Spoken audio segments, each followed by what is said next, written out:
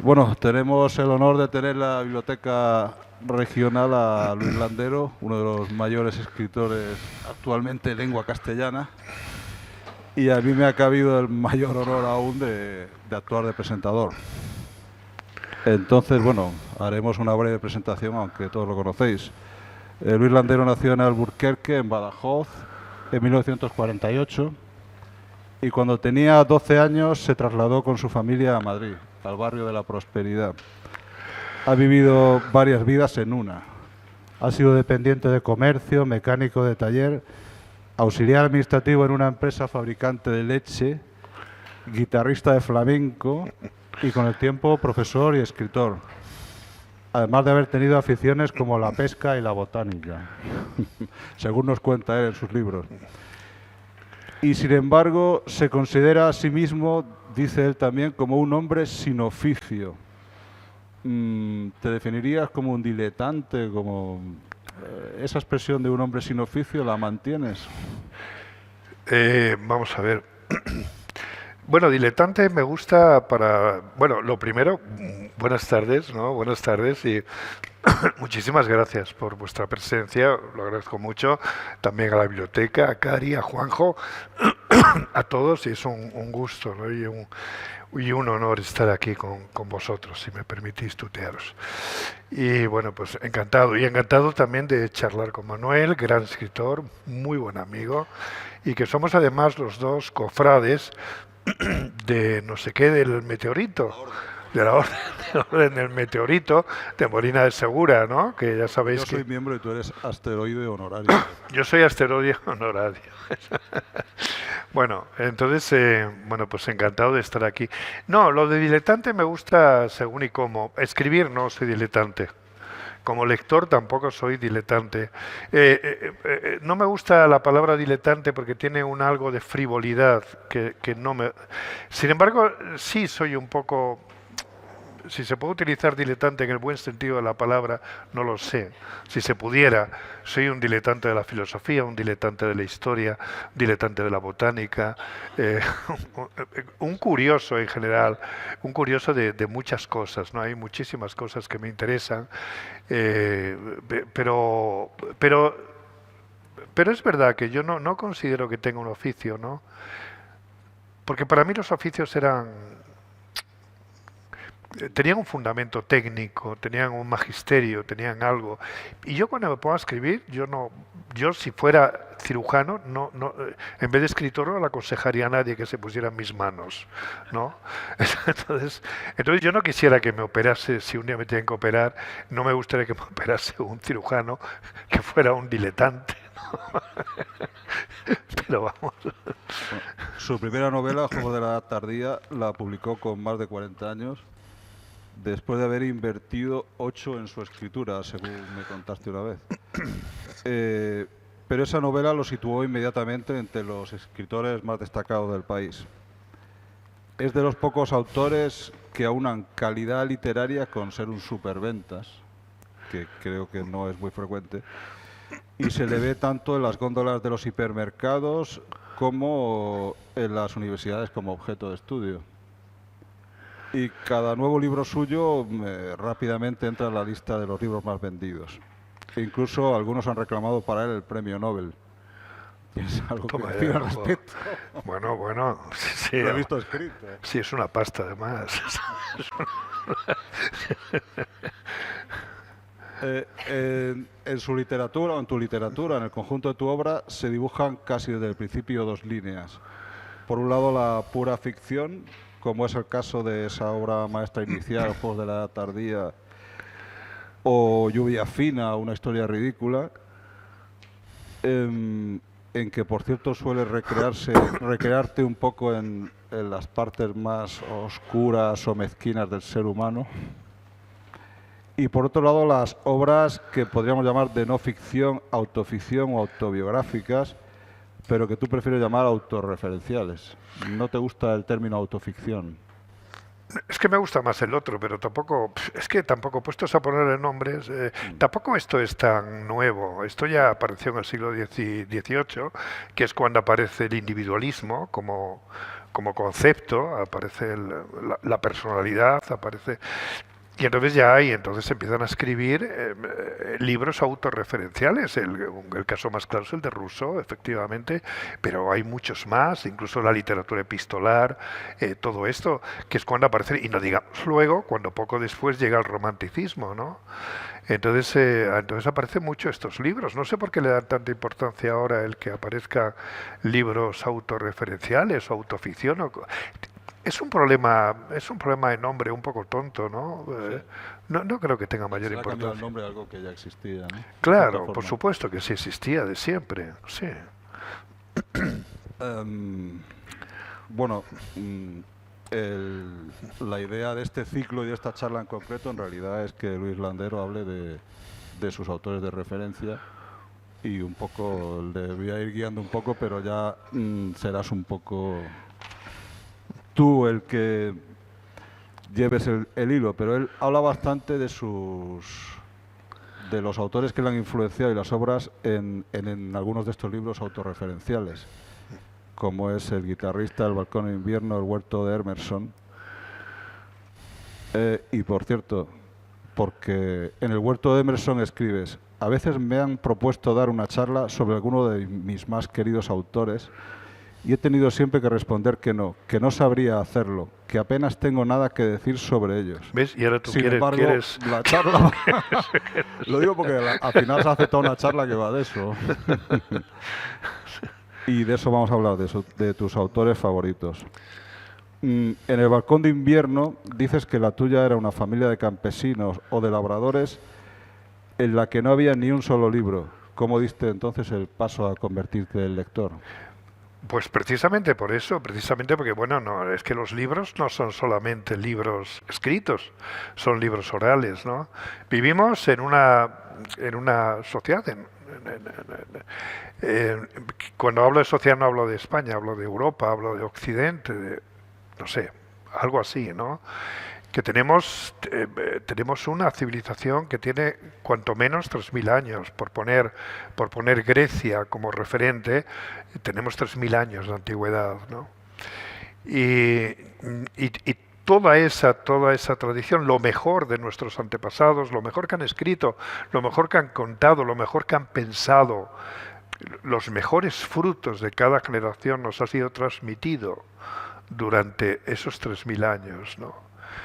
Que no son tanto, que no es tanto, porque si lo contamos por generaciones, en realidad son 120 o 140 o 150 generaciones, no son más. Teniendo en cuenta que hay unas 4 o 5 generaciones por siglo. Alguien estará haciendo la cuenta. A ver si... Espero no haberme equivocado, pero por ahí andan las cosas, ¿no? Y entonces es lo que nuestros antepasados, nuestros queridos antepasados, nuestros familiares, porque son nuestro bisabuelo, nuestro tatarabuelo, etcétera, etcétera, los que nos han dejado todo ese maravilloso legado.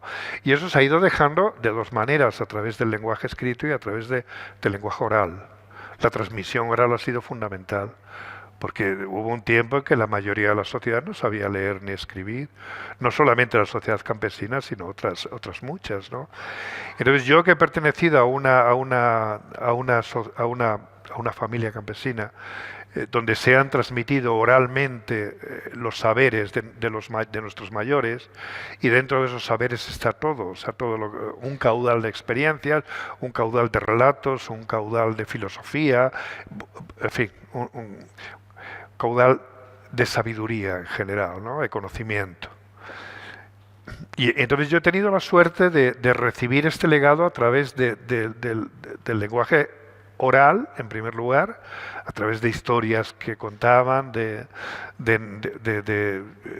adivinanzas, de fábulas, de pensamientos, de filosofía, de experiencias muy apegadas a la realidad. Y luego, ya cuando fui adolescente y empecé a descubrir y sobre todo a frecuentar la tradición escrita, lo recibí también a través de esa otra tradición. Y entonces la unión de lo oral y lo escrito ¿no? Ese es lo mejor que le puede ocurrir a un escritor, creo. Y creo que a cualquier persona, ¿no? Haber conocido. Y entonces, ¿qué es lo que aprendí yo de mi infancia, de mi familia campesina? Aprendí el lenguaje oral, la maravilla de la música de nuestra lengua, hablada por los viejos campesinos, que es el lenguaje popular, no el lenguaje vulgar, sino el lenguaje popular, no la cultura vulgar, sino la cultura popular, ¿no? La que realmente está llena de verdaderas joyas del conocimiento y con un lenguaje que venía rebotando a través de generaciones y generaciones desde los tiempos del Arcipreste, del Lazarillo, de Cervantes, de Galdós, de todos ellos, ¿no? Y si se va a una América encuentra a Rulfo, ¿no? Entonces ese lenguaje, ¿no? Esa música, porque el verdadero genio del idioma yo creo que está en el lenguaje oral. El lenguaje oral es el más rico de todos y el más creativo. Y luego de ahí, naturalmente, pasa al escrito. Y luego hay un momento en que se funden con una armonía maravillosa, que es lo que podemos encontrar en la Celestina, en el Lazarillo, lo que encontramos en Rabelais, en Cervantes, en Galdós, en Rulfo, en Valle Inclán y en tantos y tantos otros, ¿no? Entonces, cuando se unen esas dos tradiciones, eso es maravilloso, ¿no? Y yo siempre cuando me pongo a escribir, siempre lo tengo además escrito en un papel, tengo a un grupo de personas, amigos míos todos, gente de mi familia, reunidos haciendo un corro en torno al fuego. Ahí están mis abuelos, a los que yo oía hablar, están mis padres, están mis primos, están sobre todo gente que hablaba muy bien, mis tías, todo esto, pero también está Cervantes, también está Arcipreste, también está Galdós, está García Márquez, está Rulfo, está Faulkner, Borges, o sea, pero los tengo con nombres, los tengo con esta Kafka. Y entonces yo me imagino, digo, a la hora de escribir, recuerda que este es, ¿no? Que este es el canon, ya que es todo. ¿Que los tienes escritos? Bueno, los tengo escrito, tengo un dibujo, ¿no? De gente alrededor del fuego y lo tengo un poco para recordarme a mí mismo que yo soy hijo de la tradición oral y de la tradición escrita. Y entonces quiero recordar de dónde vengo y cuáles son mis referentes, ¿no? Luego a partir de ahí naturalmente tienes tu voz, tienes tu manera de decir las cosas, tienes tu estilo y tienes tu mundo, ¿no? Pero, pero mis autores favoritos, ya que hablamos de autores favoritos, son mis maestros orales, que son la familia y todo esto, y luego mis maestros de escritura, vamos, mis maestros de escritores, ¿no? Que son algunos te los he nombrado, pero bueno, podemos... Bueno, en tu libro, en El balcón de invierno, citas algunos de los primeros libros que leíste. Y no sé si te voy diciendo alguno y hablas sobre él. Por ejemplo, mencionas la poesía Machado como una de tus primeras lecturas. Sí, no solamente eso. Bueno, yo lo primero que descubrí fue la poesía. Yo la conocía porque mi abuela Francisca, que era con la que viví largas temporadas, y que era analfabeta, pero sabía muchísimas poesías y muchísimos fragmentos de zarzuela. Bueno, era una biblioteca andante. La cantidad de cacharrería narrativa que tenía esa mujer en su memoria, ¿no? Y entonces y luego ya en los libros de texto, cuando tenía 12, 13 años, en los libros de texto de literatura venían fragmentos venían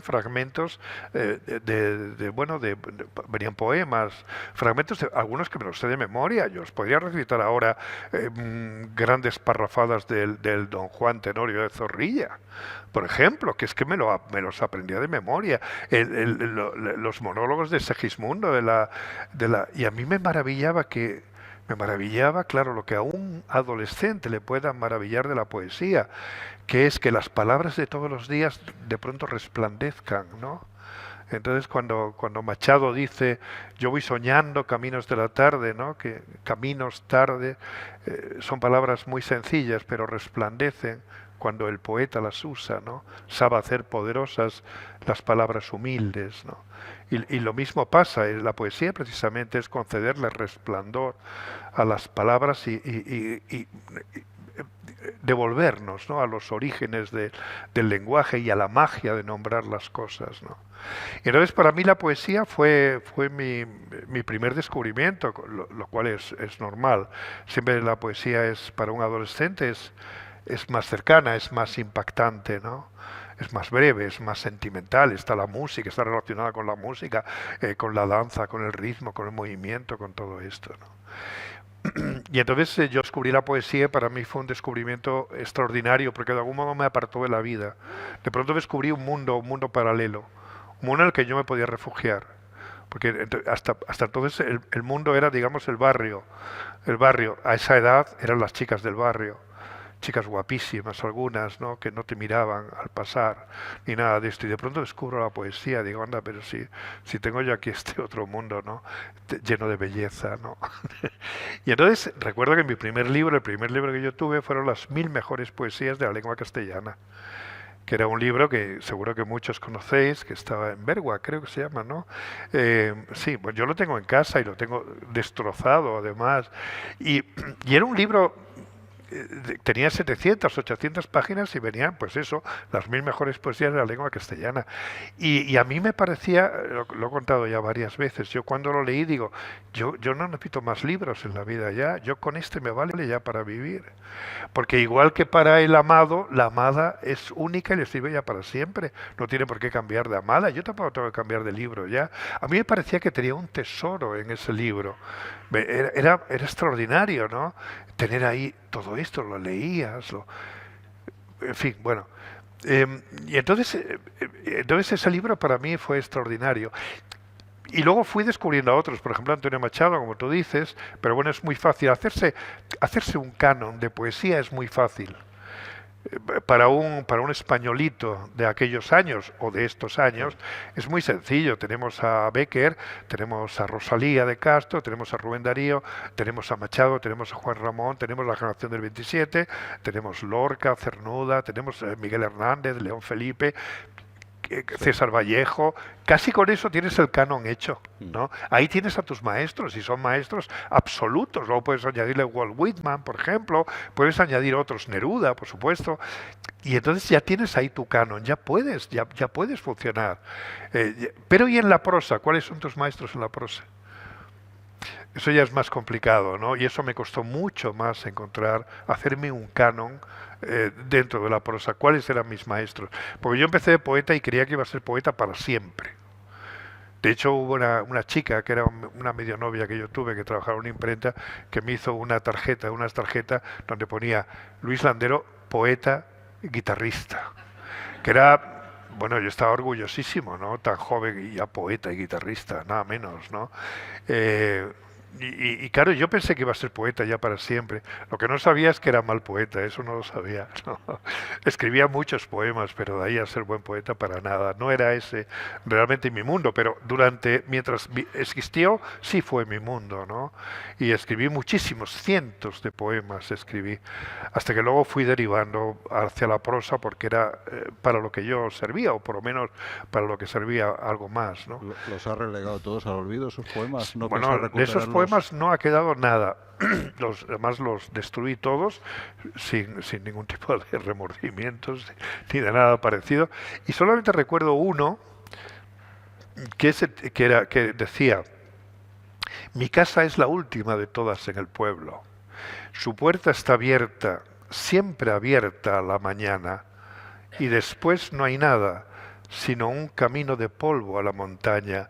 En la puerta una carreta, una no sé qué, una no sé cuántos, bueno, no me acuerdo, pero son los únicos versos que han sobrevivido de los cientos y cientos y cientos de poemas que yo escribí y que además me arrebataron la vida, me ganaron para siempre para la literatura. Digo, yo quiero escribir poemas. Como el niño que se pone a jugar, yo quiero seguir jugando, yo no quiero crecer. Quiero seguir ya en esto toda mi vida, ¿no? Y lo mismo me pasaba con la poesía, ¿no? Yo quiero ser poeta ya para siempre, porque además ser poeta para mí era ser alguien en el mundo. De pronto yo era alguien, porque tenía amigos que a veces eran mayores o que tenían un rango social mayor que el mío, tenían más experiencia, vestían mejor, en fin, todo esto. Y yo era un poco el pobretón del grupo, ¿no? Y de pronto, pero el ser poeta me convirtió un poco en el hechicero de la tribu, ¿no? Era un poco, entonces me miraban con cierto respeto y demás, ¿no? Y sí, a mí lo de la poesía me concedió un lugar en el mundo yo era feliz escribiendo poesía, me sentía importante, o por lo menos sentía que tenía un fundamento, que tenía un peso, que mi vida tenía un sentido, ¿no? Y bueno, durante un tiempo escribí muchos poemas, ¿no? Yo también fui guitarrista, como tú dices. Sí. Entre tus primeras lecturas de prosa mencionas a Madame Bovary, a Siunué el egipcio de Mika Waltari y Qué verde era mi valle. Qué verde era mi valle, sí. Bueno, en realidad era cuán verde era mi valle. Era, sí, no, Madame Bovary no, eso vino después, ¿no? Pero sí, sí, leí porque yo era del círculo de lectores, y entonces en el círculo de lectores siempre, mi madre siempre protestaba mucho, porque yo me estaba haciendo mi pequeña biblioteca, entonces los que vamos teniendo pequeñas bibliotecas, estamos hoy en una biblioteca, ¿no? Eh, Estábamos muy orgullosos de los libros que íbamos teniendo. Yo tenía un mueble cama, de esas camas que se suben y se bajan, ¿no? Y arriba había como una estantería, ¿no? Así hueca. Y entonces que cabrían allí, 20 libros, 30, no sé, 30 muy apretados, ¿eh? Si no eran muy gordos. Y yo los iba poniendo. Y cuando ya tenía 6 o 7 los desordenaba un poco para que partieran más. Y cuando yo tenía ya 15 libros, me parecía que era rico en libros. Y no sé, estaba orgulloso, ¿no? De la pequeña biblioteca que yo me iba haciendo en el círculo de lectores, en libros que llegaban a casa no se sabe cómo, ¿no? No se sabe cómo. Y sí, y entonces mi madre se me protestaba mucho, porque en casa andábamos muy mal de dinero, por eso me tuve que poner a trabajar en Clesa y en la central lechera y en otros sitios. Eh, y siempre que venían a cobrar y tal, trimestralmente, decía mi madre, pero no tienes ya demasiados libros, ya tienes mucho, ¿para qué quieres más? Me decías, ya está bien de libros. Pero bueno, siempre se pagaba la cuota, ¿no? Y entonces yo esperaba, ¿no? Luego leí muchas novelas policíacas y del oeste que las alquilaba en un kiosco que había, donde compraba también tabaco americano o bisontes y tres carabelas, bueno, los cigarrillos que había entonces se compraban sueltos, ¿no? Y entonces se cambiaban novelas por 50 céntimos, ¿no? Novelas del oeste, novelas policíacas, y yo leía muchísimas, a mí me encantaba esto, me encantaba leer ese tipo de novelas, ¿no? Del oeste me gustaba leer, y además leía dos y tres en un día, ¿no? Eran novelas más bien breves, no me cansaba de leer, ¿no? Hay un poema de Antonio Gamoneda magnífico, no sé si es un poema o una cosa que dice, donde habla efectivamente de que cambiaría toda la sabiduría que tiene del lector viejo, la cambiaría por la pasión ardiente que tenía cuando era adolescente, cuando era muy joven. Y entonces leía sin tanta sabiduría, pero leía con una entrega y con una pasión que solamente el agotamiento hacía que dejara de leer. ¿No? Era una entrega tal a lo que uno leía. Ahora ya uno es muy crítico, luego se hace muy crítico. Ya esto no te gusta, uno se empieza a hacer un poco como en las comidas, ¿no? Un poco exquisito, ¿no? Pero hubo un tiempo en que uno tenía un estómago lector maravilloso y yo leía todo. Y entre esos libros también, a través de una vecina mía que tenía su padre tenía una biblioteca muy desparejada, muy rara, pero bueno, que había libros, a lo mejor estaba Baroja, a lo mejor estaba Dostoyevsky, a lo mejor estaba Van der Mech, yo qué sé, era una novela muy rara y de vez en cuando yo me iba a libros sin saber qué libro me llevaba y probablemente leí libros importantes, pero los leí con la misma pasión con que leía Sinué el egipcio, con que leía, bueno, el Cuán verde era mi valle, o las novelas del oeste, o yo qué sé. A esa edad uno se sumerge en la lectura de una manera Sí, que a esta edad ya es más difícil, ¿no? A partir es de... verdad, sí, sí, sí.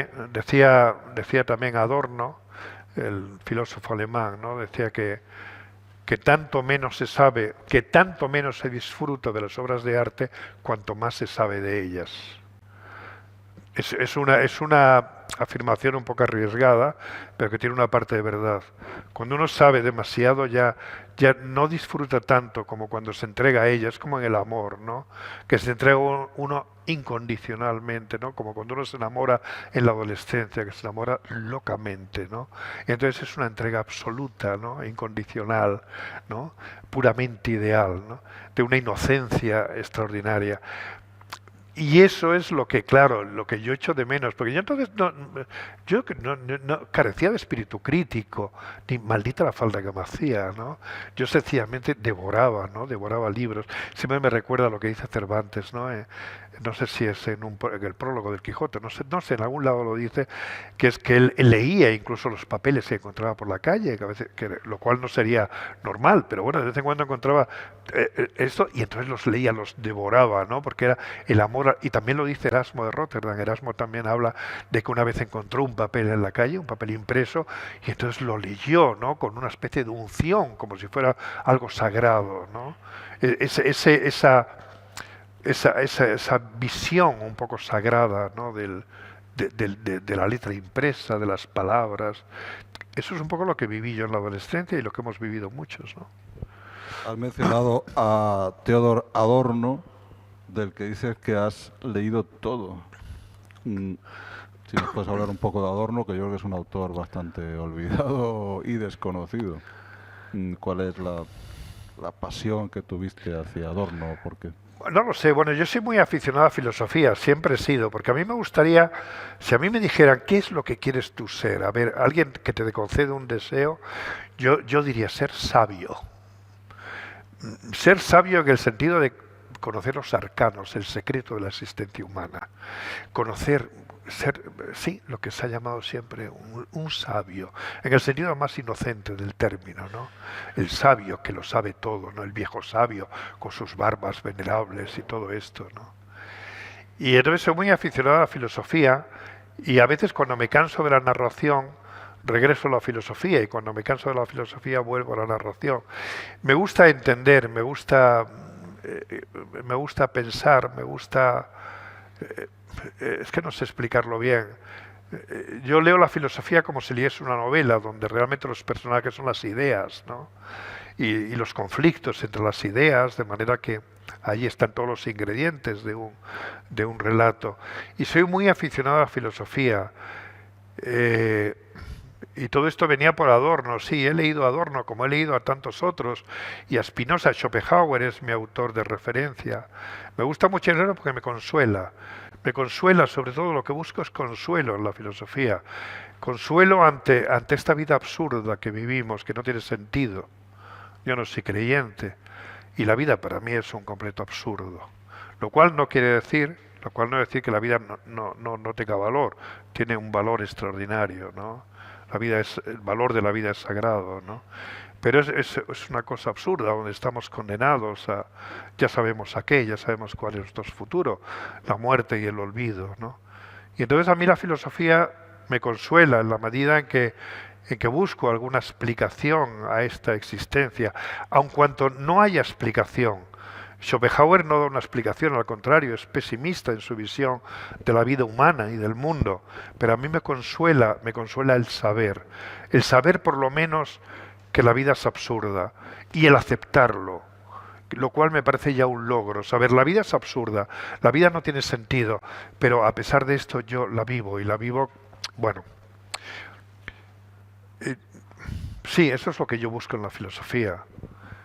Y lo que pasa es que quizá tú a lo que te refieres, Manuel, es que una cosa que digo, no me acuerdo en qué libro, creo que es en El huerto de Emerson, donde efectivamente yo de los filósofos he leído mucho. Un filósofo a mí me consuela mucho y al que le vuelvo continuamente es Montaigne. Montaigne, que además no es un filósofo en el sentido riguroso del término, sino que es un señor que se retira a su castillo y entonces se dedica a pensar y a bueno, ya se dedica de autoficción un poco. a hacer un poco autoficción, exactamente, es un poco autorreferencial, exactamente. Y entonces tiene es maravilloso, ¿no? Y además es que utiliza todo el caudal de la filosofía griega y latina, porque él sabía latín mejor que francés, ¿no? Y, y no sé, y ese saber a mí me consuela mucho. Pero, sin embargo, el saber del arte es un saber sin fundamento, donde no haces pie. Lees a Schopenhauer, lees a un filósofo y haces pie y dices, entiendo, entiendo. Lees a un poeta, lees a un escritor, oyes una sonata, dices, no entiendo, pero hay una sabiduría profundísima en esto, pero no hago pie, me ahogo. Y te deja un poco a la intemperie. O sea, un poema, una obra artística te deja en la intemperie y te deja huérfano frente a todo. No te da explicaciones, no te dice nada. Sencillamente te sugiere y efectivamente ves pero que te transmite la belleza del mundo o el horror del mundo, ¿no? Entonces vuelvo de vez en cuando a la filosofía buscando consuelo, buscando pisar terreno firme, ¿no? Luego me Y, canso de pisar terreno firme y necesito el abismo. Necesito volver a los abismos, volver otra vez a entrar, ¿no? En esa, no sé, sí, en el mundo del arte. y bueno, también hablas en esta línea de pensamiento, y además creo que no lo explicas y te lo quería preguntar porque no... Hablas de los ensayos escogidos de Ralph Waldo Emerson que tenía la colección austral Sí, como algo que trastocó tu visión del mundo. sí, trastocó, de algún modo colocó piezas que estaban dispersas, las colocó cada una en su lugar. Yo descubrí ese ensayo, que son los ensayos de Emerson, que estaban en Austral, que se titula así, Ensayos de Emerson, y viene uno que se llama Confianza en sí mismo, otro que se llama Historia, otra que se llama Poesía, no me acuerdo, vienen 4 ensayos. Y no sé cómo llegó ese libro a mi casa, era un libro de Austral, de segunda o tercera mano, no sé cómo llegó. Y entonces para mí ese libro fue un antes y un después, porque de pronto lo leí con 18 años o por ahí, y justamente encontré en él aquello que yo necesitaba, que era confiar en mí mismo. Porque es muy difícil confiar en uno mismo, sobre todo a esa edad, cuando se abren ante uno horizontes inciertos, ¿no? Un futuro inquietante, donde no sabes quién eres, donde lo que sabes es poco, donde tienes intuiciones muy imprecisas, en fin, está uno muy perdido en el mundo. Y de pronto en Emerson encontré de pronto la mano en el hombro, la mano amiga, que te decía, confía en ti mismo, tú vales tanto más que nadie, tú vales tanto como Napoleón, tanto como Shakespeare, tanto como el que más, porque tú eres dueño y señor del mundo, el mundo se ha hecho para ti, abre los ojos, siente, mira, toca, no sé, tus sentidos, tu alma, todo está ahí, confía en ti. Y entonces tiene una imagen que a mí me gustó mucho, que es que decía que cada uno ha heredado una tierra, una tierra.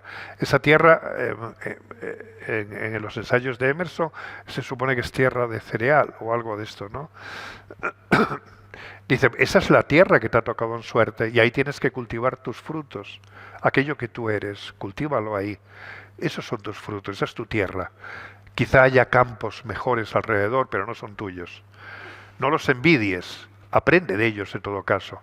Y si quieres roba alguna espiga de vez en cuando, pero tu terreno, ¿no? Yo eso, con el tiempo, no me acuerdo, lo convertí en huerto. Lo convertí en huerto. Cada uno tiene su tierra, su huerto, donde cultiva sus lechugas, donde cultiva sus tomates y sus cosas, ¿no? Eh, y que son tus tomates y tus lechugas, es tu mundo, es tu manera de ser, eres tú mismo, ¿no? Ser uno mismo y cultivar los frutos propios, ¿no? Luego podrá haber huertos maravillosos alrededor, pero no son tuyos, ¿no? Y de ahí que se titule el huerto de Emerson.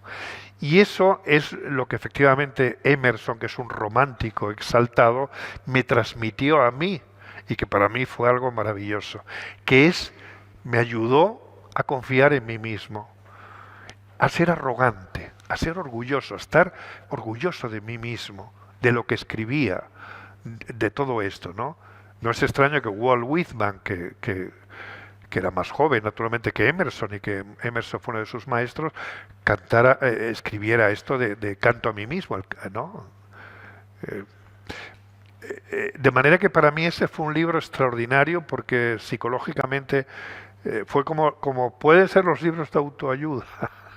Como pueden ser los libros de autoayuda ahora, pero mucho mejor todavía, porque yo lo vivía desde el fondo de mi alma, ¿no?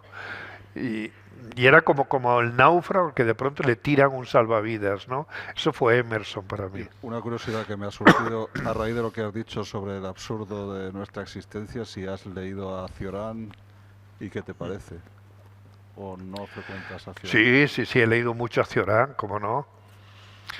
Eh, Claro que sí, como no, Mm, como buen lector de Schopenhauer, claro, claro. he leído a Cioran.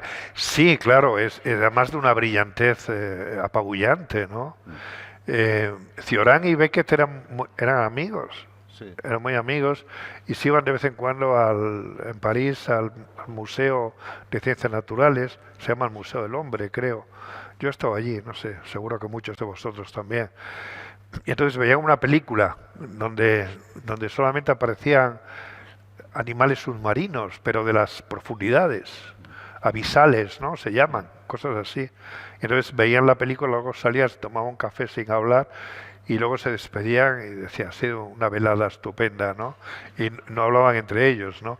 Y Mm. entonces decían que por lo menos, decía que por lo menos en la película no apareció ningún ser humano. No apareció ningún ser humano. Y Misantropía, pues. entonces hablan efectivamente de un poco de la poca confianza que tienen en la especie humana. Yo tampoco confío mucho en la especie humana, ¿no? Eh, a mí no me parece que seamos una especie eh, eficiente, ni si uno lee un libro de historia y si ve los periódicos actuales o si ve lo que está pasando actualmente en el mundo, dices, jo, esta especie parece como que no tenemos remedio, ¿no? Pero sin embargo, a la vez decimos, jo, qué admirable es lo que ha hecho, ¿no? Lo que hemos. Bueno, no sé, me estoy metiendo me estoy Bueno, metiendo en un jardín, bueno, no quiero meterme por ahí, porque en fin. Pero sí, me gusta mucho Cioran. Lo que pasa es que Cioran también es un hombre que a veces se gusta mucho a sí mismo. mm. Y también es verdad que exagera un poco Bueno, claro, es que yo creo que es un poco su casi humorístico, ¿no? humorístico, sí. Y entonces tiene un nihilismo que ya le hace ¿Verdad? efectivamente ser una especie de caricatura a veces, Mm. ¿no? Pero qué duda que en sus mejores momentos merece la pena leer a Cioran, sí. Otra línea de lectura, los autores sudamericanos, el boom y sus... Bueno, Borges, empezando por Borges. Sí, Hablo- Borges, Carpentier, García Márquez, Rulfo, bueno, y tantos, ¿no? Fue algo maravilloso. Los que tenemos, bueno, más o menos la edad que yo tengo, los que descubrimos en los años 60 y muchos, ya a final de los 60, principios de los 70, la novela hispanoamericana, de pronto nos quedamos deslumbrados, porque nosotros habíamos llevado allí el idioma, habíamos llevado la lengua, y de pronto ellos nos la devolvían, ¿no?, enriquecida y resplandeciente. ¿Y de qué manera? Porque de pronto recuperaron a los clásicos, porque en los grandes escritores latinoamericanos, del boom latinoamericano, ¿de qué manera resplandece Cervantes, resplandece la Celestina, resplandece los clásicos españoles, la poesía, Quevedo, Góngora, todos estos, ¿no? Y a la vez la tradición anglosajona, de Faulkner, de Joyce, de Virginia Woolf, de Thomas Mann, de Kafka. Y entonces con todo eso, naturalmente, crean un castellano o un español, como se quiera decir, realmente deslumbrante, ¿no? Y eso es lo que de pronto descubrimos. Igual que nosotros llevamos el castellano allí, ellos nos lo devolvieron, bueno, eh, ¿qué voy a decir? Y entonces para mí fue un deslumbramiento extraordinario, sin lugar a dudas. Para toda esa generación de escritores, ¿no? Sí, sí, sí, Para sí. una no, para dos por lo menos. Sí, sí, sí. ¿Y en qué medida te influyeron a ti a la hora de escribir el boom Ah, sudamericano? no, no, mucho, mucho, sin lugar a dudas. Porque ya además yo tardé en descubrir la literatura española del siglo XX, escrita en España, quiero decir. Por lo que sea, no lo voy a contar, pero bueno, por avatares de la vida, por aquello que decía de que encontrar tus maestros en la prosa es más difícil, en la poesía se encuentran enseguida, porque son unos cuantos y están todos juntitos, ¿no? Eh, naturalmente la prosa es mucho más complicada. ¿Dónde encuentras tus maestros? Tienes que buscarlos en el ancho mundo, porque no te sirve solamente los... Tienes que ir a Dostoyevsky, a Dickens, tienes que ir a los clásicos. Luego tienes todos los clásicos del siglo XX. Es mucho más difícil encontrar el mundo, tus maestros. Y yo descubrí antes, por un profesor sobre todo que tuve en Preu, descubrí antes la literatura anglosajona. Descubrí a Virginia Woolf, descubrí el retrato del artista adolescente, Orlando de Virginia Woolf, Muerte en Venecia, descubrí a Kafka, descubrí todo esto antes que a Galdós, que a Cabaroja, que a Zorín, que a bueno, y que a otros, ¿no? Salvo Valle Inclán, que ese sí lo descubrí más o menos pronto porque leí sus sonatas por no sé qué azar. De manera que a mí me deslumbró, por ejemplo, el Orlando de Virginia Woolf, traducido por Borges. Borges lo traduce y hace una traducción extraordinaria donde se nota la mano de Borges. Uno a veces no sabe si está leyendo a Virginia Woolf o a Borges, ¿no? Y es un libro que a mí me deslumbró. Lo leí con 19, 20 años, no recuerdo. Y para mí fue un antes y un después aquello, ¿no? Y luego apareció la literatura hispanoamericana y luego apareció Kafka, que a mí me dejó deslumbrado. Apareció Onetti, García Márquez, Borges, Vargas Llosa, no sé, tantos y tantos, Lezama Lima, Rulfo. Y entonces, claro, todo esto a mí de pronto me abrió un mundo, me descubrió, fue como un tesoro, fue como Ali Baba cuando pronuncia la palabra mágica y entra en la cueva, ¿no? Donde todo está lleno de tesoros. Y aquello a mí me dejó deslumbrado, ¿no? Y si yo ya sabía que quería ser escritor cuando escribí mi primer poema con 15 años, entonces cuando leía todos estos, digo, jo, mi vida está aquí, digo, esto lo que voy a hacer, vamos, por encima de todo, no tengo ninguna duda de que este es mi mundo, yo quiero escribir, quiero dedicar mi vida a esto, ¿no? ¿Por qué ese paréntesis entonces, ya que has hablado de tu vida, de querer escribir, entre que empiezas a escribir poesía y ya con más de 40 años, creo, con 40 años publicas Juego de la Edad Tardía. En medio, por ejemplo, tu primer intento de prosa es Juego de la Edad Tardía, me imagino que no. Tendría... No, yo empecé a escribir prosa muy pronto también. Lo que pasa es que yo no escribía para hacer obra. Yo escribía para aprender a escribir y para aprender a componer. ¿Cómo se hace una novela y cómo se escribe una novela? Yo escribía fragmentos de cuentos, fragmentos de novelas, escribía frases. Había días que como Flaubert me dedicaba a escribir una frase, pero tiene que ser una frase maravillosa, como en La peste de Camus, ¿no? Ese escritor que escribe una novela de la que solamente tiene la primera frase de la amazona que cabalga y tal, pero que es una maravilla de frase, ¿no? Y entonces sí, ¿no? Yo buscaba la perfección, pero Borges habla precisamente de cómo todo escritor busca la página perfecta, donde ni sobre ni falte nada, y donde si se quita una coma, la página se derrumba. Dice Borges que no hay escritor que no haya intentado escribir la página perfecta.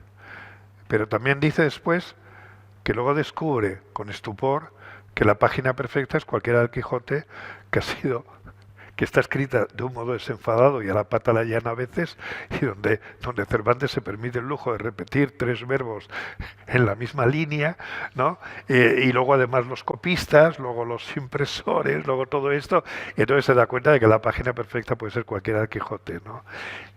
Pero hay que aspirar a escribir la página perfecta. Bueno, sobre esto de la página perfecta yo podría hablar y no parar, porque hay cosas que dice Faulkner y Verlaine, que son extraordinarias, ¿no? Y entonces yo escribía un poco en busca de la página perfecta, porque a mí me maravillaba el lenguaje, las palabras, yo me enamoraba de las palabras. Yo tenía verdaderos idilios con las palabras. Yo recuerdo la tarde en que oí por primera vez, era un poco más joven, la palabra taciturno. Y la escuché en una cafetería y fue como descubrir a la chica más guapa del mundo. Fue como enamorarme, como cuando uno descubre algo y digo, taciturno. No sabía muy bien lo que era, pero no hace falta, porque la propia palabra te lo dice, ¿no? O sea, no es necesario ir al diccionario, ¿no? Entonces yo entonces era poeta, no era todavía prosista. Entonces yo escribí poemas durante un montón de días donde la palabra estrella era taciturno y las demás palabras eran las teloneras, ¿no? Y entonces era taciturno, ¿no? La palabra taciturno, ¿no? Y yo me enamoraba de las palabras y me sigo enamorando de ellas, ¿eh? Me sigo enamorando de ellas. Me encantan las palabras bien dichas. citas bastante a Conrad también. Sí, autor. claro, claro. A Conrad, sí. Conrad también es un escritor que a mí sí, cuando lo leí a mí me deslumbró. Leí sobre todo, lo primero de todo que leí fue El agente secreto. El agente secreto, que es una novela magnífica, muy bien traducida por Jorge Edwards, poeta chileno, premio Cervantes, y que lo traduce de maravilla, ¿no? Y luego que voy a decir del Corazón de las Tinieblas, de Lord Jim, bueno, y de otras muchas, ¿no? Y a mí me gusta mucho Conrad porque escribe como, eso lo dice Borges, que Conrad escribe lo mismo que Borges, como si no conociera bien los hechos. Escribir como si una especie de humo, de niebla, velara los hechos, los velara, los emborronara un poco. Y escribir sobre algo que uno parece o finge no conocer muy bien, ¿no?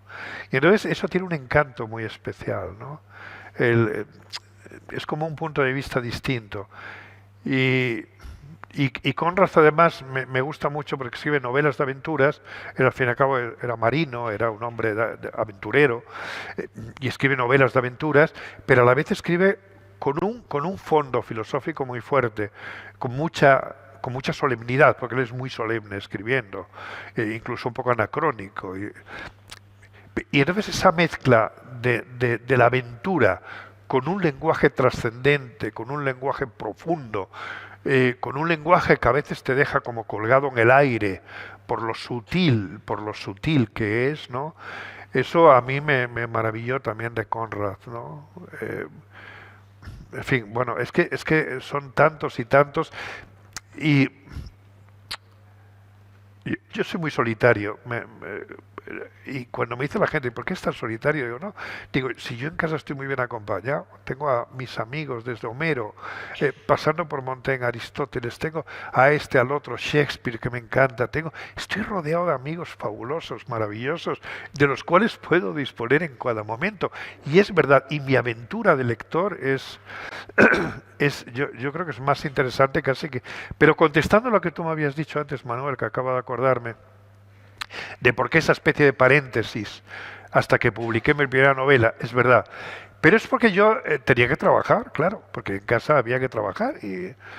Entonces yo hasta los 28, 29 años que saqué las oposiciones de instituto, porque de alguna manera me tenía que ganar la vida, pues me dediqué a la guitarra, me dediqué a muchas cosas, estuve en París viviendo, bueno, fui y vine por ahí. Y entonces me dediqué a vivir, pero yo escribía, yo siempre escribía. Para mí la escritura es lo más importante en la vida, siempre. Trabajando en Clesa, tocando en el tablao flamenco, lo que hiciera falta, pero para mí escribir era lo más importante. Pero aún así, perdona. Pero luego, hacia los 28 29 años, se acabó mi feliz soltería literaria. Y entonces digo, bueno, ahora hay que establecer una relación conyugal con la literatura. Ahora que tengo resuelta mi vida económica, y ahora tengo que ponerme a prueba si realmente sirvo o no sirvo para escribir lo que yo tengo en la cabeza, que era mi primera novela, El juego de la tardía, que era un tema y un argumento, una cosa que me venía rondando desde hacía tiempo, ¿no? Entonces digo, este es el momento de saber si yo sirvo o no sirvo realmente para sacar de mí ese mundo interior que yo sentía bullir dentro de mí, porque todos tenemos un mundo interior. Todos tenemos un mundo interior muy rico. El negocio está, la fineza del negocio, como diría Cervantes, está en sacar ese mundo al exterior, saber cuál es tu mundo y saber expresarlo. Eso es lo difícil, ¿no? Pero quiero decir que con 28 años o antes ya tenías la idea de Juego de la Sí, Tardía. sí. O sea, que tardó en eclosionar. Sí, yo tenía una idea, sí, más o menos lo cuento por ahí en un sitio. Y tenía yo la idea un poco de lo que iba a ser mi primera novela, de lo que no sabía entonces que iba a ser mi primera novela, era una idea que me rondaba, una idea muy vaga todavía, pero que era cuestión de trabajarla, claro. Y entonces cuando ya estabilicé mi vida económicamente, mi vida ya se sosegó, entonces fue cuando entré en una especie de convento. Yo vivía hasta los 28, 29 años, luego entré en el convento de la literatura. Son 2 etapas de mi vida. A partir de ahí me dediqué a escribir. Nada más. Eso es todo lo que tengo que contar sobre mi vida. Escribir. Antes sí puedo contar que trabajé en TADA, que viajé y tal, lo demás. Pero entonces me dediqué a escribir. Entonces me dediqué a sacar dentro de mí el mundo ese que había a través de la historia esa que yo quería contar y que era una historia que me interpelaba y me demandaba y necesitaba ser expresada, ¿no? Y entonces, bueno, sí, tardé 8 años o por ahí en escribirla, me equivoqué varias veces, la enmendé, empecé en primera persona, hice 2 versiones en primera persona, pasé a tercera, en fin, le di muchas vueltas hasta que ya por fin creí encontrar el tono y y la manera de contarla, ¿no? Y sí, pero hay un corte vital y literario en torno a los 30 años, sí. Bueno, igual que ahora tu ritmo de producción ahora es de un libro al año, por lo menos, ¿no? Estamos... Últimamente sí. Últimamente he publicado un libro al año. Eh, pero yo no sé por qué es, no lo sé. No lo sé. Yo en tiempos tenía un ritmo de 5 años, cada 5 años un libro. Tardaba 5 años en escribir los libros. Y yo ya casi me había resignado a eso, ¿no? Y luego me di cuenta de que, no sé, hubo un momento en que, no sé, la vida del escritor, la vida, quiero decir,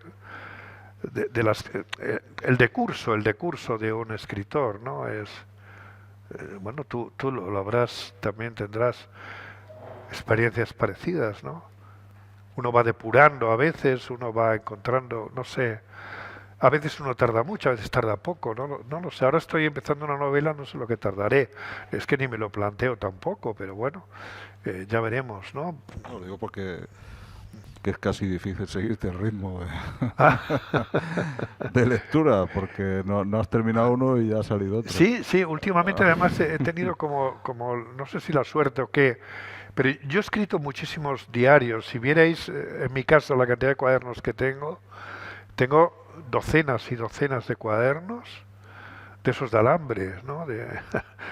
Cuadriculados, casi todos con una letra minúscula, de esas de comparten patas de mosca, ¿no? Y lo tengo completamente lleno y además sin interlineado, o sea, sino que todo seguido, todo como si tuviera vergüenza de escribir, ¿no? Todo muy menudito. Y donde tengo cantidad de ideas, de cosas que me van viniendo, donde yo escribía no para hacer obra, sino por el gusto de escribir. Y porque además yo no sé entender la vida si no escribo. Yo no sé pensar si no escribo. A mí me admira a la gente como Antonio Machado, como Nietzsche, por poner dos casos que recuerdo ahora, que caminaban y a la vez pensaban. A mí me admira cómo se puede caminar y pensar a un tiempo. Yo necesito concentrarme, concentrar mis 5 sentidos, concentrar todo, silencio, soledad, para poder pensar y para poder indagar en todo esto, ¿no? Algo que me llamó la atención, no recuerdo en qué libro lo he leído, que en algún momento te planteaste escribir algún libro de viajes, pero que no te sale escribir No. literatura de viajes. Sí, no, sí, me acuerdo de Javier Reverte, que fuimos muy amigos, porque yo hice sexto de bachillerato en una academia que había en Madrid, en la calle Diego León, que se llamaba Academia La Rumbe, con, con Javier Reverte y con su hermano, Jorge, ¿no? Y estábamos en la misma clase. Eso fue en el 69. En el 69, creo recordar. No, perdón. Eso fue en el 66. Perdón. Fue en el 64. Perdón. Si éramos adolescentes, claro. Éramos adolescentes. No. Fue en el 64. Hacíamos los dos, hacíamos los tres, quinto en una academia nocturna. Y bueno, Javier Reverte, no sé, nos hicimos muy amigos desde entonces. Y él, como sabéis, escribe unos libros de viaje estupendos. Y una vez me invitó a ir con él al Amazonas y todo esto. Y digo, al Amazonas. Digo, eso está muy lejos. Yo soy muy sedentario, tengo alma de gato. Y para mí los territorios tienen que ser pequeños, el barrio y poco más. Con el barrio me vale. O el pueblo, el barrio. Y entonces sí, digo una vez, ¿por qué no escribo un libro de viaje? Entonces yo veraneaba en Soria, en un pueblo, Navaleno, y entonces digo, ir de Navaleno a Aranda de Duero, que son 70, 80 kilómetros, porque no me planteaba viajes más. Digo, eso yo creo que está bien, 70, 80 kilómetros, contando lo que te pasa, pues vale, ¿no? Y entonces digo, bueno, ¿y cómo hago? Voy andando, claro. Y entonces digo, bueno, pues si voy andando y me paro en los pueblos, ¿qué más me da ir en coche y parar de vez en cuando el coche y mirar el paisaje y hablar con la gente y luego parar en el pueblo? ¿Para qué tengo que ir andando? Y luego empecé a pensar y entonces una prueba, una probatura, y entonces por un camino rural caminé durante 2 kilómetros escasos, 1,5 kilómetros. Digo, a ver qué tal. Bueno, y es que me paré y me salieron no sé cuántos folios, porque me paraba a escribir cada poco tiempo sobre lo que veía. Y digo, claro, y entonces luego hice cuentas, empecé a hacer números, digo, bueno, a este ritmo tardo 3 años en llegar a Aranda de Duero y me sale un libro de 3.000 páginas.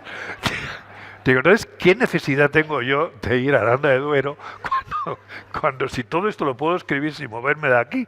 Digo, no. Entonces... Y bueno, y por lo que has dicho, no solo escribir, sino incluso viajar en sí, ¿no te gusta? No, yo no soy viajero, no. He viajado a Estados Unidos, a todo, pero... Sí, he viajado porque he viajado, sí, he viajado a Estados Unidos y por ahí, sí. No, he viajado, claro, pero he viajado porque bueno, no, y está muy bien viajar, sí, no, sí es estupendo, claro que sí. De todas maneras, yo siempre desde joven, siempre mitifiqué el viaje, como todos, porque el viaje es esto de viajar y tal, conocer mundos. Cuando uno ve First Dates, por ejemplo, que yo lo veo alguna vez, que dicen, ¿y qué es lo que te gusta? Y tal, viajar, es una de las primeras cosas que... Viajar. Y digo, bueno, y viajar, vale. ¿No? Y entonces viajar, conocer mundos, todo esto, ¿no? Y entonces viajar está muy mitificado. Y entonces yo en mi adolescencia, yo creí que me gustaba mucho viajar y durante la juventud lo creí realmente. Me estaba engañando a mí mismo, a mí en realidad no me gustaba viajar. Porque yo soy más de puertas para adentro, de barrio, de cosa de esta, de un poco como Fernando Pessoa, así en su pequeño barrio de Lisboa y poco más, ¿no? O como Kafka en Praga y tal. Me identifico con ellos, ¿no? Hasta que un día descubrí que no me gustaba viajar y lo descubrí sin complejo. Y entonces como que me liberé de un peso enorme y pude decir, no me gusta viajar. Entonces lo decía sin ningún tipo de culpa ni de nada. Y no me gusta, me da mucha pereza viajar. Alguna vez que te pones en marcha, bueno, vale. Pero tampoco le veo yo Debo decir que sí. los libros sí te hacen viajar mucho, ¿no? Ah, Me refiero no. como ahora estar aquí en Murcia ahora, ¿no? Sí, no, claro. Sí, ¿Y sí. ese tipo de viajes te cansan un poco? No. El viaje no, a Murcia, no. No digo a Murcia, digo en general tener que hacer tantos desplazamientos para dar Bueno, tampoco conferencias. hago muchos desplazamientos, yo ¿No? no viajo mucho, ¿No? yo hago pocos, yo no soy, de vez en cuando hago viajes y me encanta, por ejemplo, ahora me lo está pasando muy bien, y estar aquí, y estar en Murcia está ya bastantes veces, y me lo he pasado siempre muy bien, y me encanta estar aquí. He visto el estadio de la Nueva Coromina, el- que siempre me acuerdo de aquellos, yo soy muy futbolero, aquellos tardes de fútbol, ¿no? Gol en la Condomina. Ahora se oye poco, ¿eh? Esto, ahora se oye poco, bueno, a ver si se sube. Pero no soy muy viajero, pero sí, bueno, pero tampoco, en fin. Me gusta, no sé, sí, soy muy de puertas para adentro, soy solitario y de puertas para adentro y tal, pero a la vez soy muy sociable. A la vez soy sociable, sí. Cambio de tercio total. Busca el tiempo perdido de Marcel Proust, lo alabas. Yo es un libro con el que no puedo, o una Ya. saga, pues defiéndelo un poco. No, sí, tampoco necesita defensa, tampoco eso vengo yo aquí a defender. No, pero yo entiendo, yo cuando empecé a leer a Proust, a mí me admiró por su prosa, por esas frases largas también hechas, también hiladas, por esa sensibilidad extrema, matizada, donde consigue matizar casi hasta lo evanescente, hasta casi la evanescencia. Pocos Flaubert es uno de ellos, y claro, Proust era muy lector de Flaubert, que consiguen matizar tanto las cosas, ¿no? La realidad. Cosas admirables, a mí la prosa de Proust, la música de su prosa, siempre me ha gustado mucho, y he leído bastantes veces Busca el tiempo perdido, pero no entero, porque a mí partes de Busca el tiempo perdido no me interesan. Y entonces esas las he leído y he dicho, estas no las voy a volver a leer. Y entonces cuando quiero leer En busca del tiempo perdido, entonces sé dónde tengo que ir, sé cuáles son los fragmentos que más me gustan. De todas maneras hay autores que se amortizan de alguna manera. Proust es casi un poco de ellos, es un poco de esos, que lo que tenía que darte ya como que te lo ha dado, ¿no? Y entonces ya cada vez más raramente vuelvo a Proust, pero de vez en cuando me gusta volver, porque para afinar la sensibilidad, si uno fuera médico, yo por las mañanas digo, a ver, ¿qué necesito para ponerme a escribir? ¿Qué necesito yo afinar? La imaginación, la sensibilidad, el lenguaje, que y entonces, como buen boticario, sé qué libro recetarme. Entonces leo unos párrafos de esto del otro, ¿no? Entonces, cuando necesito afinar la sensibilidad, pocos como Proust, ¿no? Proust te afina y sobre todo te enseña a fijarte en cosas mínimas, muy pequeñas. Y te enseña también la cantidad de cosas que hay en, qué sé yo, en objetos aparentemente insignificantes, ¿no? Y como todo es interesante cuando se mira con intensidad, ¿no? Que es, A raíz de algo que has dicho, ¿cuáles son los libros, los autores que relees, que a lo largo del tiempo sigues releyendo? Has dado a entender que Proust con el tiempo te asomas poco a él. sí, yo de todos los autores necesito descansar, porque llega un momento en que te no sé, te saturan, ¿no? Eh, un libro del que nunca me canso, por más que lo lea, es El Quijote, por supuesto. Y leer El Quijote, o leer a ciertos autores, a Galdós de vez en cuando, ciertos fragmentos de Galdós, Valle Inclán, Rulfo, Borges, Sánchez Ferlosio, te reconcilian y te devuelven a la esencia del lenguaje castellano, a, a la matriz del lenguaje castellano, ¿no? Para no perder el sabor de las palabras y el sabor de la sintaxis, ¿no? Ese que está tan unido al lenguaje oral. Eso es por un lado. Luego hay Kafka, por ejemplo, yo no me canso tampoco de leerlo. Es de esos autores a los que vuelvo muy a menudo. Eh, de vez en cuando leo a Faulkner también, Valle Inclán, también lo leo, pero también llega un momento en que como Quevedo también te cansa, ¿no? Últimamente estoy, por ejemplo, leyendo a Baroja. Me gusta leer a Baroja, pero también de vez en cuando tengo que descansar de Baroja. No sé. ¿Qué piensas de Cela? ¿Perdona? De Cela, de los libros de Cela. No de, ¿te gustan, no te Sí, gustan? sí, hombre, Cela, sí. No. Sí.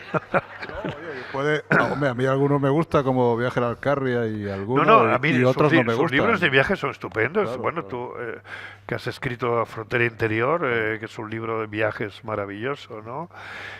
Claro, Judíos, Moros y Cristianos, el viaje a la Alcarria, son libros estupendos, pero luego tiene también otros libros que a mí me parece que son libros de oficio más que de vocación. Son libros donde tira de oficio y tira de cosas que él dice y tal, y que no tienen, bueno, sí tienen el valor que tienen, ¿no? Pero libros esenciales, si buscamos alguna medida, algún tipo de medida, ¿no? Eh, entonces, bueno, pues sí, sus libros de viajes, La Colmena, ¿no? Y todo esto está bien, pero yo hace mucho tiempo que no frecuento a Y, Cela, ¿no? y un poco me ha llevado Umbral como prosista, ¿qué te Ah, parece? pues sí, bueno, magnífico. Lo que pasa es que es un poco manierista y es un poco demasiado umbral, demasiado Claro. umbral. Siempre se habla mucho de Mortal y Rosa Sí, como su gran novela, ¿no? Y es verdad, sí es que es una novela, que en realidad son artículos enlazados, porque él no deja de escribir fragmentos breves que enlaza como una especie de diario, ¿no? Mm, y es muy brillante, pero termina cansando. Tanta brillantez, tanto ingenio, ¿no? tanto ingenio termina cansando, porque dices, ¡jo, qué bien y qué bien! Sin embargo, hay libros, como por ejemplo Kafka, donde difícilmente subrayas nada, porque no tiene esas brillanteces, no tiene esa pirotecnia verbal, ¿no? Y sin embargo, según vas avanzando las páginas, te das cuenta de lo profundo y lo extraordinario de lo que te está contando. Entonces te dan ganas de volver atrás y subrayar todo, pero todo el capítulo, ¿no? Entero. Sin embargo, Umbral es muy de subrayar frases, pero subrayas muchas frases, en distancias cortas es extraordinario y en distancias largas es menos extraordinario. No sé cómo está planteado el acto, si es el momento de abrir turno de preguntas al público, pues si alguien se anima a preguntar algo. Sí, hombre, alguien, seguro.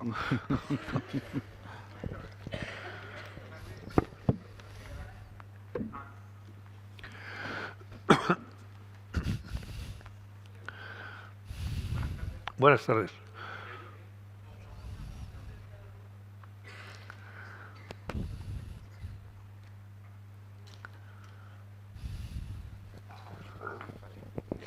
Sí, buenas tardes. La novela que leí, la primera novela que leí de usted fue en el Juego de la Edad Tardía, ¿no? Y entonces, bueno, recuerdo más que la edición de Cátedra que venía, señalaba que el elemento, un elemento suyo que se va repitiendo a lo largo de su prosa es la idea del afán, ¿no? La persona que intenta, digamos, rebelarse frente a una existencia gris, tediosa y tal, a través de la fantasía, de la imaginación, ¿no? Yo creo que eso, por supuesto, es un rasgo característico. Pues yo, por ejemplo, me acordé también de Sombreros de Copa, ¿no? Donde el protagonista se puede escaparse a través del music hall, aunque al final pues se acaba casando. Y quería preguntar, porque ese es un tema que a mí me preocupa, que es decir, me identifico muchísimo con él. Es decir, llevo una existencia gris, monótona y tal, pero tengo el sueño de realizar esto. Usted cuando en su vida personal, a través de la música y de la literatura, que son actividades muy creativas, ¿ha podido realizar ese afán? O sea, ¿ha escapado usted de una existencia, por ejemplo, que es lo que como yo veo la mía, gris, monótona, kafkiana, tediosa, ¿no? Es decir, como pasa en sus novelas. Sí, pero ¿cuál es la pregunta concreta? Que Sí, si yo en su escapado... caso, a través de la literatura y de la música, a través de escribir novelas y a través de, como guitarrista, ¿no? Como guitarrista flamenco, esas actividades tan creativas le han permitido salir, en cierta medida, de una existencia...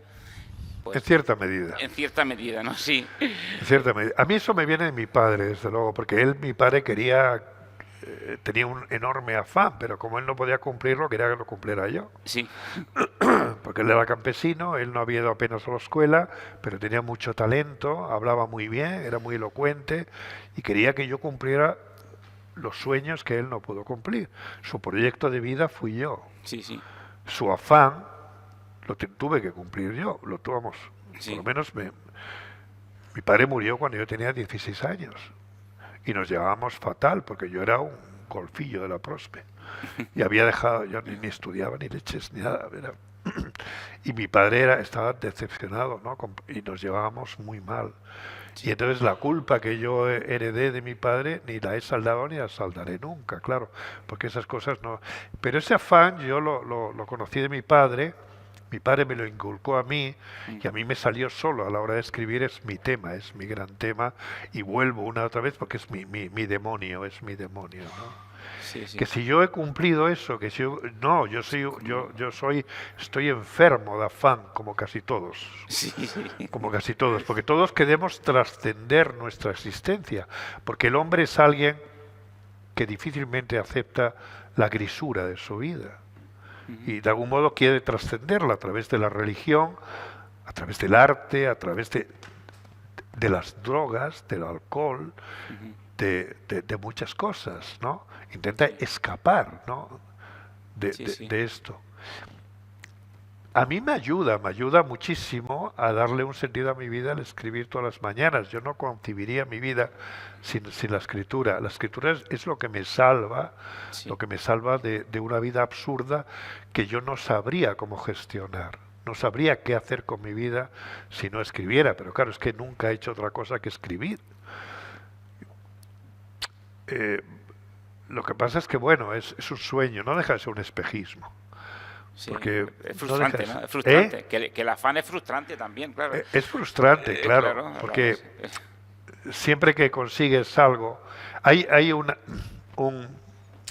que lo explica muy bien, mejor que todo lo que yo pueda decir, una obrita, ¿no?, de Strindberg que se llama El sueño, sí, que es una cosa onírica, es un planteamiento onírico, donde alguien tiene el sueño, cuando es joven, de tener una caja de pesca verde.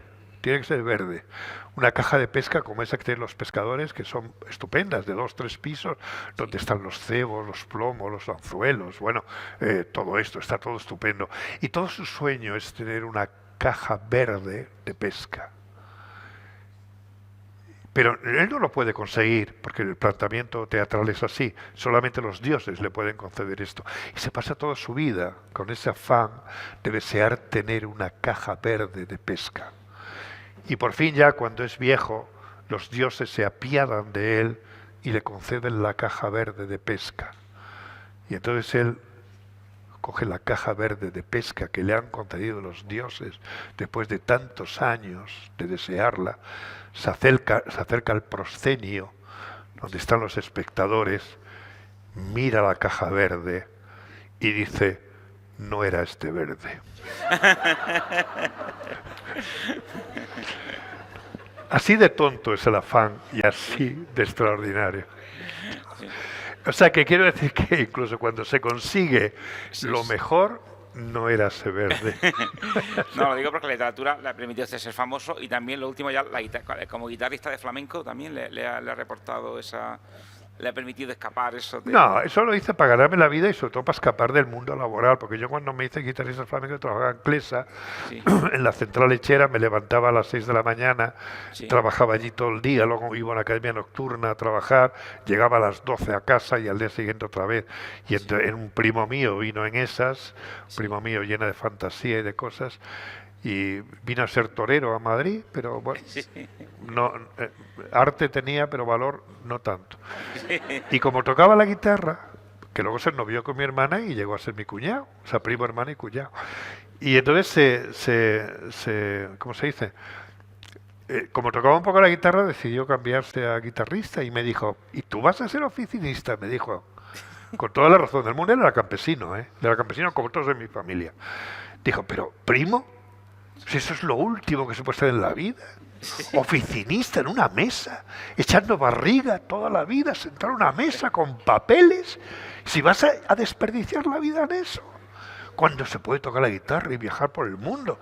Claro, yo dije, joder, entre ser oficinista en Clesa, auxiliar administrativo y recorrer el mundo con la guitarra, no había color. Entonces me metí a guitarrista por eso, claro. sí, lo cuenta muy bien el guitarrista, sí, además. Sí, sí, y bueno, y me gané la vida de guitarrista bastante bien y yo tocaba bastante bien la guitarra y tocaba bastante... Bueno, hasta que apareció Paco Lucía yo tocaba bien. Luego ya hay que matizar, pero yo llegué a tocar bastante repertorio de Paco Lucía y no tocaba mal, era buen guitarrista. Lo que pasa es que a mí lo que me gustaba era la literatura. Yo la guitarra para mí fue un modo de ganarme la vida, porque me tenía que ganar la vida. Claro. Y mejor de guitarrista que de oficinista, claro. No, a ti.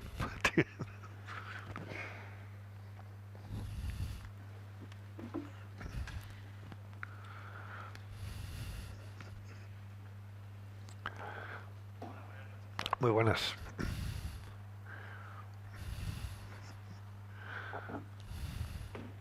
Ahora. Lo primero, declararle admiración por su obra, por la manera que tiene de escribir. Muy Me amable. gusta todo lo que escribe, pero la verdad que El balcón en invierno me parece de los libros más bonitos que he leído en mi vida. Ojalá que escriba usted muchos años más, Qué bien, muchas obras muchas más. Gracias, muchas gracias. Que Dios te oiga. Y luego,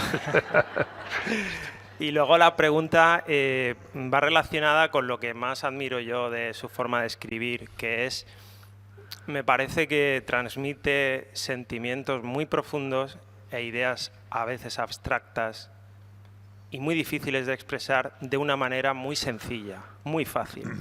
Entonces tengo curiosidad por saber si esa manera de escribir le fluye natural o es deliberada, hay mucho trabajo detrás, mucha reflexión, mucho repensar las frases, retocarlas y demás? Muchas gracias. Bueno, y por curiosidad, sí, preguntarle si sigue tocando. Sí, no toco ya, mira, no tengo ni uñas, nada, va, pero esa parte no. No, gracias por todas las cosas que has dicho. Pero, no, claro, escribir siempre es difícil, lo que pasa es que a veces fluye, a veces no.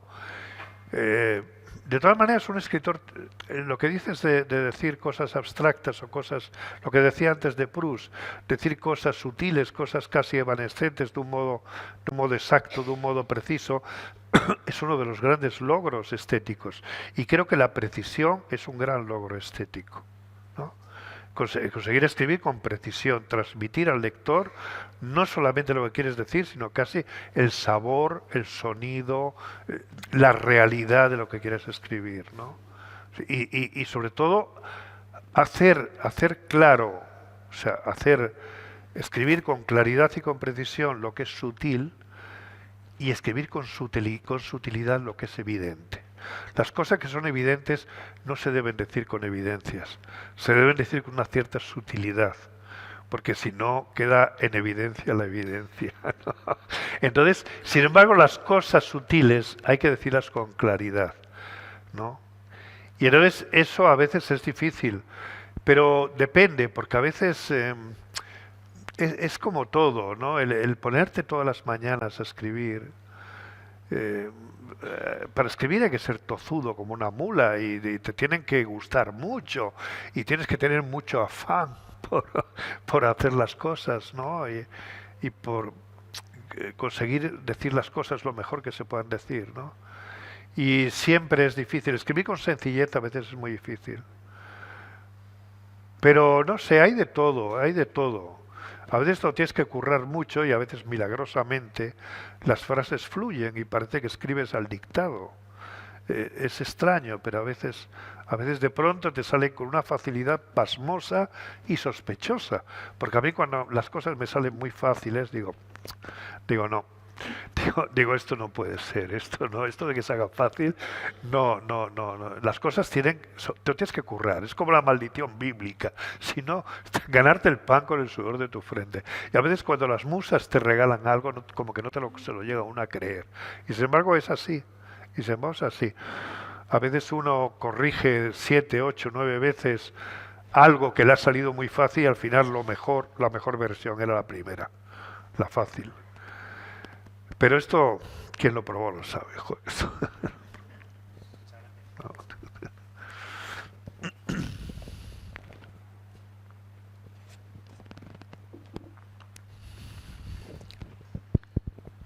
Una pregunta que me ha surgido por curiosidad. Una jornada tuya de escritura, como a qué hora empiezas a escribir, cuándo paras, etcétera. No, yo por las mañanas, siempre he escrito por las mañanas, que es cuando me encuentro yo mejor. Y además, como me dedico a la enseñanza, siempre he conseguido tener horarios vespertinos o nocturnos y siempre he conseguido tener las mañanas libres. De manera que yo siempre escribo por las mañanas. Pronto me pongo a escribir, leo un poco los periódicos lo primero y tal, y luego ya enseguida me pongo y hago un poco de precalentamiento a veces, porque uno cuando se levanta, ¿no? Para ver, no sé, afinar la sensibilidad, afinar los instrumentos, como el carnicero, ¿no? Que afila sus instrumentos, o el carpintero que afila sus herramientas para empezar a trabajar, ¿no? Pues un poco el escritor es lo mismo, ¿no? Entonces lees un fragmento de esto, del otro, a veces nada, unas líneas, algo así, para ponerte a tono, ¿no? Para lo que es un precalentamiento, ¿no?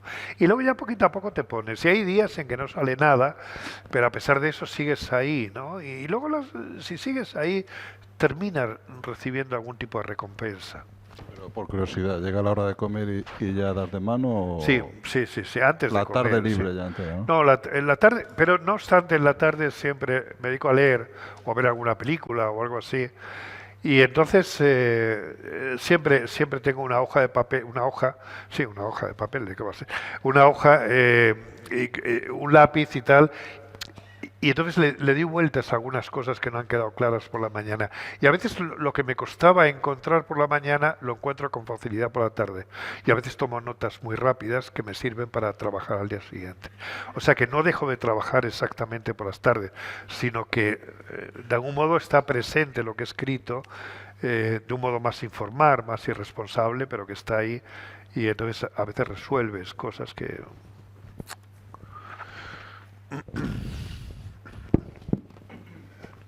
Bueno, me gustaría saber su opinión sobre un compañero suyo de editorial y creo que además amigo suyo, Gonzalo Hidalgo Bayal. Para mí un gran escritor, a ver qué opina usted de él. Hombre, pues que es un gran escritor. Lo que pasa es que es un escritor un poco recóndito. Es un escritor de pocos lectores, también porque su manera de escribir no es precisamente de masas ni de nada de esto, ¿no? Pero aparte de ser muy amigo suyo, es uno de mis mejores amigos. Desde antes, cuando escribió su primera novela, Mísera fue, Señor, la osadía, desde entonces le tengo una gran admiración, ¿no? Y he leído todos sus libros, leo toda su obra, todo lo que escribe, y bueno, me gusta su mundo, me gusta su manera de escribir. Y sí, le tengo una gran admiración, ¿no? Gran admiración. Lo que pasa es que, bueno, es un escritor de culto, se dice. Sí. De culto. Pero bueno, todo llegará. Le llegará el reconocimiento. Yo creo que sí. Bueno, ya lo tiene, pero bueno. Pero de culto, que es minoritario. Sí.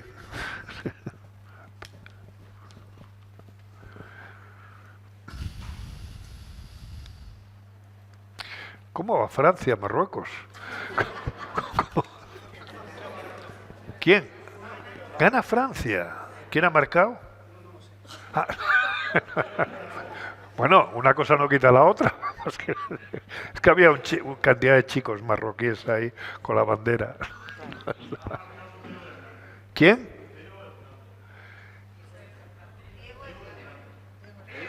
Ah, Teo. O sea, que no has estado escuchando, me has estado... Leyendo el partido.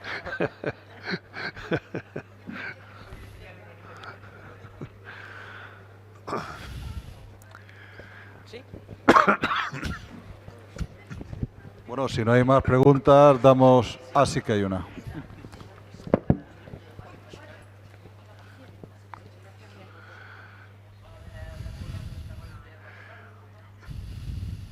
Hola. Sí. Bueno, a vuelta con el tema del afán, que yo entiendo, no sé si usted que es la búsqueda de reconocimiento.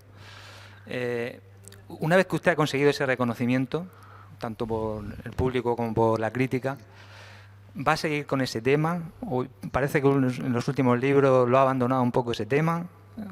¿Estoy equivocado? No, yo sigo con ese tema. Yo no soy de... yo no tengo muchos temas. Tengo poquitos temas y los voy barajando, los voy mezclando, voy combinando. Pero no soy un escritor de temas muy diversos. Soy un escritor de temas, de un repertorio de temas más bien escaso. Hay como dos tipos de escritores. Por ejemplo, te voy a poner dos casos. Por ejemplo, Vargas Llosa es un escritor de amplio espectro, digamos, ¿no? Entonces puede escribir una novela ambientada en Brasil, otra en la República Dominicana, otra en París, sobre temas muy diversos. Tiene naturalmente su mundo propio y se nota aquí y allá, pero no de un modo obsesivo. Sin embargo, hay escritores que dan la sensación de que están siempre escribiendo la misma novela.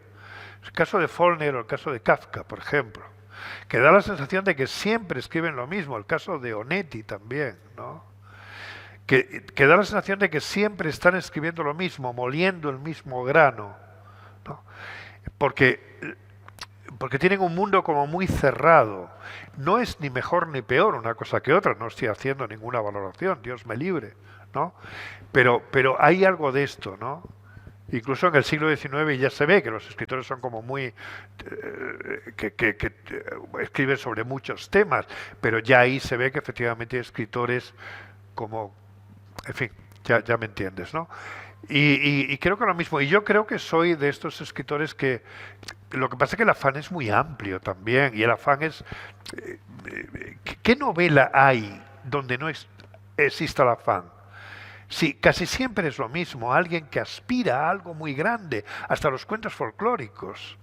Aspira a algo maravilloso, a algo grande, a liberar a la princesa del dragón, a no sé qué, a encontrar un tesoro. Casi todo es la historia de un afán, ¿no? De un afán que trascienda la existencia, o que le dé un sentido a la existencia, o que te haga brillar, que te haga sobresalir, que te haga, no sé, algo así, ¿no? Y luego eso a veces ir a Ítaca, a veces se llega a Ítaca, a veces no se llega, a veces te come el cíclope, a veces no sé, puede ocurrir cantidad de cosas, ¿no? Pero en el fondo quizá el gran tema es ese, ¿no? ¿Y qué es el Quijote sino la búsqueda de un afán? La búsqueda de un afán, ¿no? Y creo que ese es el gran tema del hombre, porque somos efímeros, somos frágiles, somos... Acabo de leer, perdón, el de Juegos de la Edad Tardía. Yo a usted lo he descubierto este verano. ¿Cómo? Que a usted lo he descubierto yo este verano, por casualidad, ajá. porque me gustó el título de un libro, el de Una historia ridícula, y desde agosto hasta hoy creo que los he leído todos. Oh, Bueno, alguno me queda. El último es el de Juegos de la Edad Tardía. Y me ha parecido como si el Quijote y el Crimen y Castigo se hubieran casado y hubieran tenido un hijo. Me ha parecido ahí una fusión perfecta. Pues casi dejamos aquí ya la charla. Con este cierre ya... Esto ya... Bueno, ya con esto me has dejado Crimen y Castigo de Quijote. ¡Qué barbaridad! Bueno, pues que ha sido un gusto de verdad de estar aquí con Manuel y con todos vosotros, y que ha sido estupendo. Muchísimas gracias por todo, y que, en fin, espero que lo hayamos pasado bien. Yo eso lo he pasado muy bien, ¿no? Y espero. Pues nada, damos por concluido.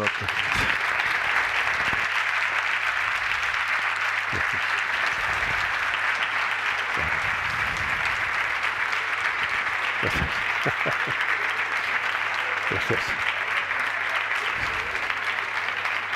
Gracias. Gracias.